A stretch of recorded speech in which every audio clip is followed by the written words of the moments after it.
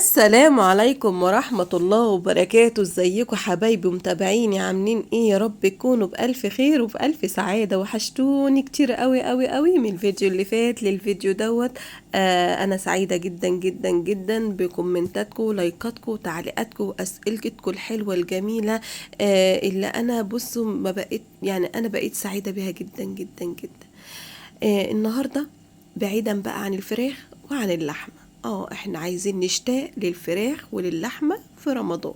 فالنهاردة بقى الجمعة صاحيين متأخر وصاحيين براحتنا ومخلصين مذاكرتنا، وانا قايمة اعمل لهم الغدا. النهاردة هنتغدى ايه يا ماما رومة؟ هنتغدى فول وطعمية. ايوه فول وطعمية، بس بقى ايه، مش قادرة اقول لكم على الجمال والحلاوة.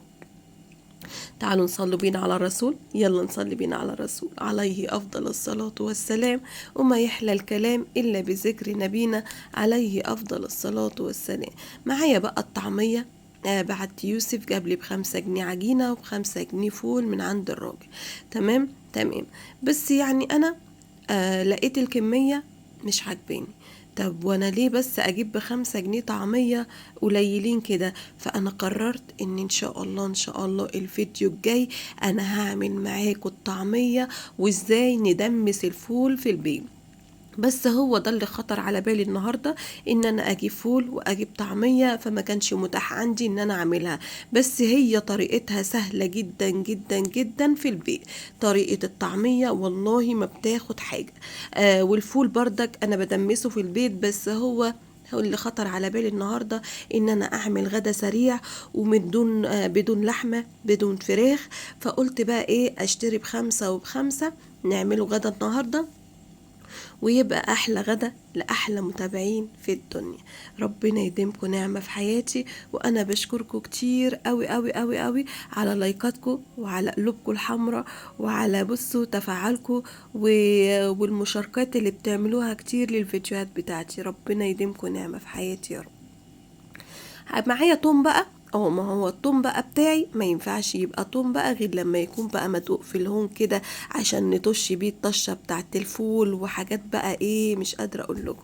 تمام. هنعمل بقى، هنجيب طاسه، هنفضي التوم خالص من الهون ونجيب بقى معلقه سمنه بلدي وحبه زيت، ونروح على البوتاجاز ونعمل احلى فول. النهارده غدانا الفول. انا قررت ان انا ال10 ايام ان شاء الله اللي فاضلين من شعبان باذن الله مش ناويه اعمل فيهم لا لحمه ولا فراخ. هشوقهم للاكل في رمضان. انا امي ربنا يا رب يخلي لنا كل امهاتنا، كانت بقى اول ما بيجي اخر 10 ايام كده في شعبان كانت بتنشف لنا معدتنا شويه، تقول لنا ايه بقى؟ قال عشان تشتاقوا للاكل في شعبان. فانا هعمل نفس النظام زي ما هي ما كانت بتعمل، وهعمل كده بقى ايه في بيتي ان شاء الله. معايا بقى قرن فلفل رومي، وقرن فلفل سبايسي، ومعايا بقدونس خضرة، بقدونس كزبرة. يعني هعمل فول كده بالخضار وفي بقى في بضع عيون كده، بس حاجة عظمة بجد روعة. هنقلي كل الكلام ده مع بعضه على البوتاجاز، وطلعت طاسة الزيت بتسخن عشان انا هقلي الطعمية. وهنسكت على كده؟ لا مش هنسكت بقى. لوجي كانت خلصت مذاكرة وقالت لي يا ماما انا عايزة اعمل حاجة يعني بحبها منك، عشان انت بتعمليها كتير وبتعجبني قوي. فانا عايزة اكل حاجة حلوة واحلي بيها ونغمزها كده بالعسل. طب عايزة تعملي ايه يا لوجي؟ عايزة اعمل العيش البوري. يا بنتي مش هينفع تعمليه لوحدي، والنبي سيبيني اعمله لوحدي وما تدخليش معايا. وبصي يعني انا عايزه انا اللي اعمل العيش البوري. طيب ماشي، نتغدى الاول ونروح نعمل العيش البوري. فانا بقى في الفيديو دوت هقدم لكم الشيف الصغنن، اصغر شيف في مصر. ايوه الشيف لوجين اصغر شيف في مصر هتعمل لكم النهارده معايا العيش البوري. حاجة عظمة. انا ما تخيلتش انه هيطلع بالجمال ده. بجد انا سعيدة جدا. ربنا يحفظ بناتنا وعلى قد ما تقدري. بصوا يعني انا ما بقولش ان البنات تخش المطبخ كتير ايام المذاكرة، بس ما يمنعش ان يوم من الاسبوع اللي هو يوم الجمعة يوم الاجازة تسيبيها، لو هي نفسها تعمل حاجة تسيبيها تجرب تخش المطبخ، بس يعني تبقي مراقبة من بعيد. تمام تمام. شجعي بنتك لو هي بتحب تعمل أكلة نفسها هي اللي تجرب، خليها تجرب واديها الثقة واديها إن هي الأمل إن هي هتطلع الحاجة حلوة. يعني أنا بشوف أولياء أمور كتير بيزعقوا يعني بصوا، أنا مش بحب الإحباط، يعني مش بحب حد يحبط حد. فشجعي اللي قدامك، طول ما انتي بتدي الامل اللي قدامك، بتدي الامل للحد او الشخص اللي قدامك، ان شاء الله ربنا هيديك الامل في كل حاجة وفي حياتك. تمام تمام. خصوصا ان دي حتة مني ودي الحتة يعني زي ما بيقولوا كده الحتة الناعمة في البيت، فانا ما حبيتش ان انا اكسفها وخليتها تعمل العيش البوري. تمام تمام. صدعتكم بقى، صدعتكم، معلش معلش. فاحنا النهارده بقى عملنا الفول المقلي وحطينا في كل طاسه كده بيضايه، وهنقلي بقى الطعميه ونغطي بقى على الفول، نحط له كده رشه فلفل ونغطي عليه البوتاجاز. تمام تمام. قولوا تمام. فين بقى اللايك والمشاركة؟ شيروا كتير قوي قوي قوي قوي عشان الفيديو يوصل لأكبر عدد منكم، وأقدر أعمل معاكم فيديوهات كتير حلوة. وطبعا الفول ما يبقاش فول غير بالطاسات الشهيرة بتاعتي، طاسات ماما روما. انا بحبها جدا جدا جدا، مش عارفة هي شكلها حلو وبتفائل بيها، وكنت جايباها من منطقتي من السيدة زينب. عايزاكي بقى تدعي ادعي كتير قوي قوي قوي في الايام المفترجة اللي احنا فيها، ايام شعبان، ايام كلها خير وبركة وسعادة. وعلى قد ما تقدري ادعي لغيرك، ادعي لاهلك، ادعي لاصحابك، على قد ما تقدري ادعي لكل اللي انت بتحبيهم، ادعي لنفسك، ادعي لنفسك كتير قوي قوي قوي، وان شاء الله ربنا يحقق لك كل اللي بتتمنيه ان شاء الله. دعوة مني ليكم من القلب. يوم الجمعة ان انتوا ربنا يرزقكم الخير الوفير، ويرزقكم من حيث لا تحتسب. اللهم امين. قولوا اللهم امين. ننزل بقى بالطعمية، كسرنا البيضة عليها وحطينا حبة شطة، حبة ملح، حبة بيكنج باودر. ايوه بيكنج باودر على الطعمية بتخليها هشة، بتخليها ناشفة، ما بتشربش زيت كتير. جربي بس والله، بص مش قادرة اقول لكم على الجمال لما تحطي البيكنج باودر على عجينة الطعمية، وحبة شطة وحبة فلفل اسود وبضاية، هيودوها في حتة تانية خالص. نقلب بقى الطعمية، وانا كده كنت خلصت غدايا، وانا كنت مقطعه بقى طبق كده خس كابوتشي وخيار، وطبعا هطلع رنج وهطلع لفت، وهنروح ناكل بألف هنا وشفا. وطلعت جبنة وطلعت لانشون وحاجات كده. هو ده غدانا النهاردة وهو ده يومنا، واليوم عدى الحمد لله. عقبال بقى الايه التسعة ايام كمان اللي فاضلين ان شاء الله يعدوا على خير، عشان احنا ناويين نعمل عظمة في رمضان.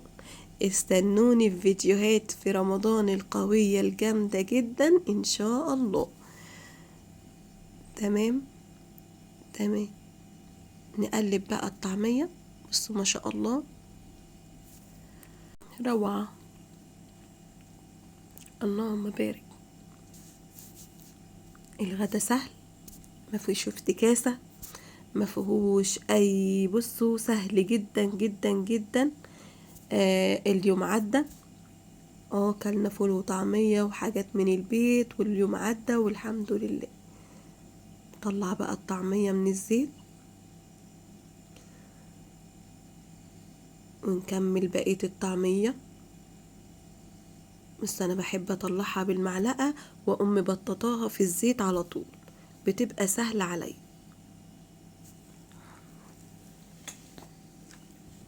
الفول كمان كان خلص.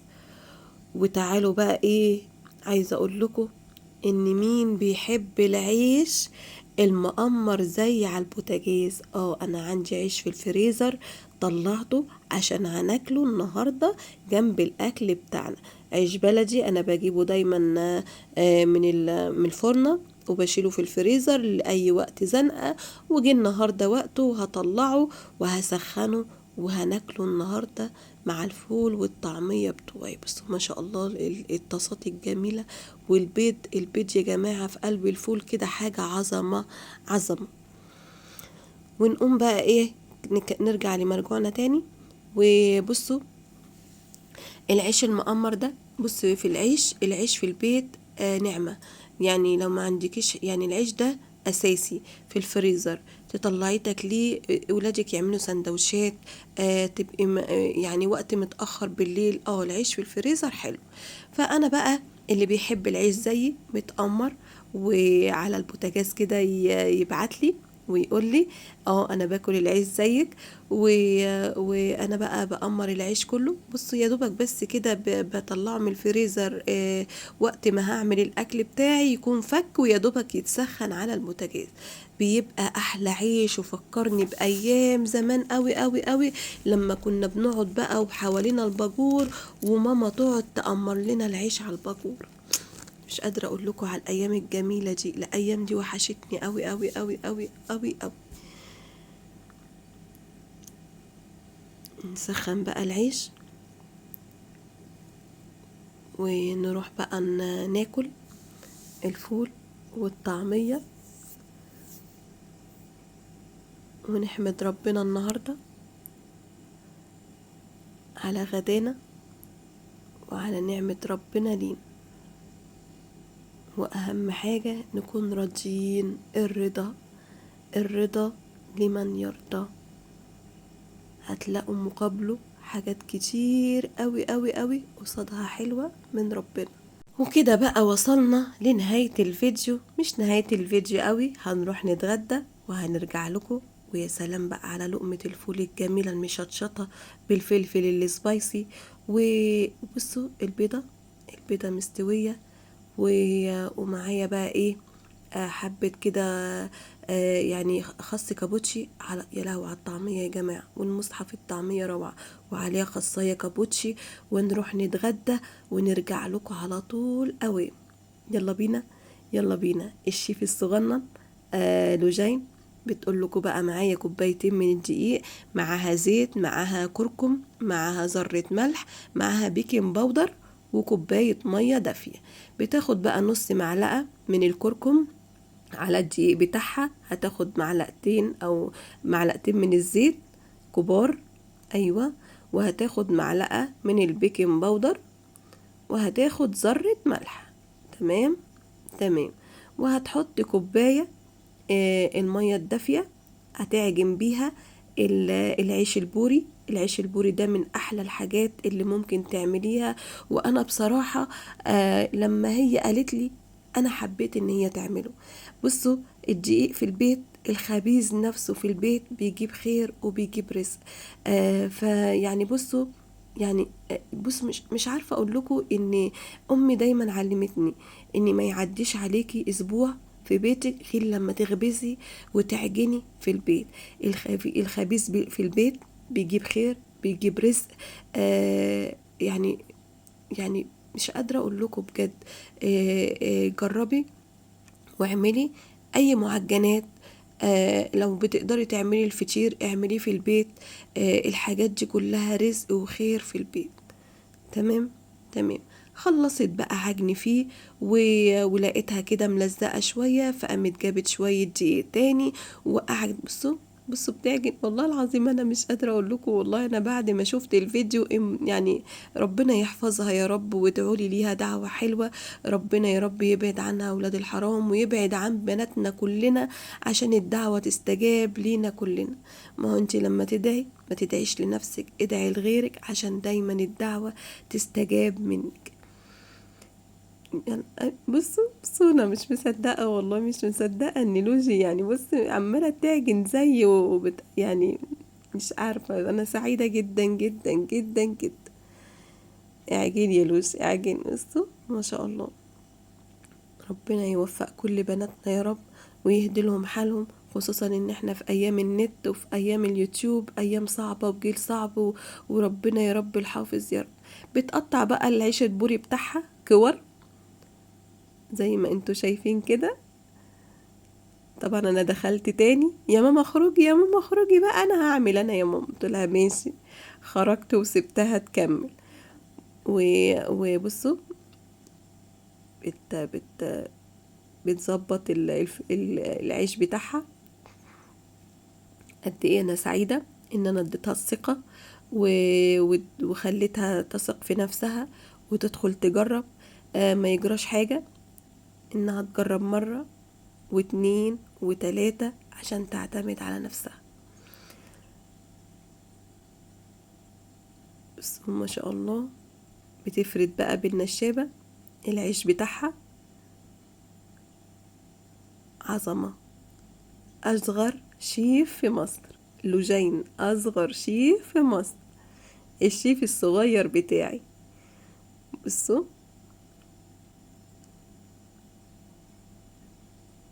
أنا والله ما دخلت ولا قلت لها اعملي ولا سألتني حتى خالص. بصوا هي هتخلص بقى الكمية كلها وترجع تحمرها لكم في الزيت دلوقتي وتقدمه لكم حالا. واحنا كده كنا وصلنا لنهاية الفيديو واتغدينا وحلينا، وده كان يومنا وده كان غدانا. وهتوحشونا من الفيديو اللي فات للفيديو اللي جاي. واللي عايزني بصوا اللي عايزني اعمل غدا جديد يقول لي في الكومنتات نعمل غدا ايه. وعشان انا محتارة في الايام العشر ايام اللي جايين، محتارة اعمل غدا ايه. فاللي عنده افكار يقول لي فيها في الكومنت في الفيديو دوت، يقول لي تعليق اعمل غدا ايه في الايام اللي جاية دي، في العشر ايام او التسعة ايام اللي فاضلين من شعبك. تمام. بصوا بقى هي كانت فردت العيش بتاعها كله وسخنت الزيت سخن غزير جدا، وهتبدأ تحمر فيه العيش بتاعها. تمام. تمام يا دوبك كده من الوش ومن الظهر. العيش ده بقى بتطلعه، بتحط عليه عسل، بتحط عليه سكر بودرة، ممكن تغمزيه بجبنة. العيش ده بصوا هي بينفخ اول ما بتنزليه في الزيت، بينفخ ويقب كده ويبقى معاكي زي رغيف العيش بالظبط. تمام. واحلى حاجة فيه ان هو معمول بالكركم. الكركم ده حاجة مفيدة جدا جدا جدا ليكي ولصحتي. وده كان ويعني ده كان الشكل النهائي للعيش بتاعها. بصوا ما شاء الله مورق. ادوني بقى لايك وتشجيع للوجي، واقول لكم بقى باي باي في حلقة جديدة مع عائلة ماما روما. وبتقول لكم اللايك والكومنت والاشتراك الحلو منكم.